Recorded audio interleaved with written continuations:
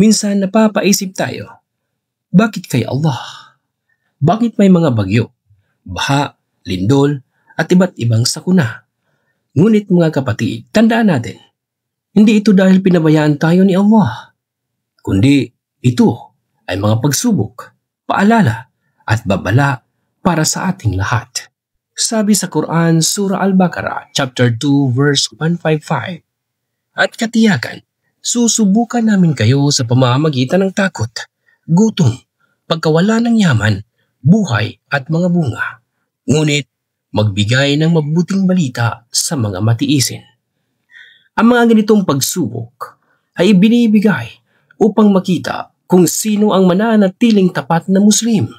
Sino ang patuloy na mananalangin at magtitiwala kay Allah kahit sa gitna ng hirap. Ang mga kalamidad ay hindi parusa, kundi pagsubok upang tayo ay bumalik kay Allah, upang mapagnilayan natin ang ating buhay at matulungan ang ating kapwa.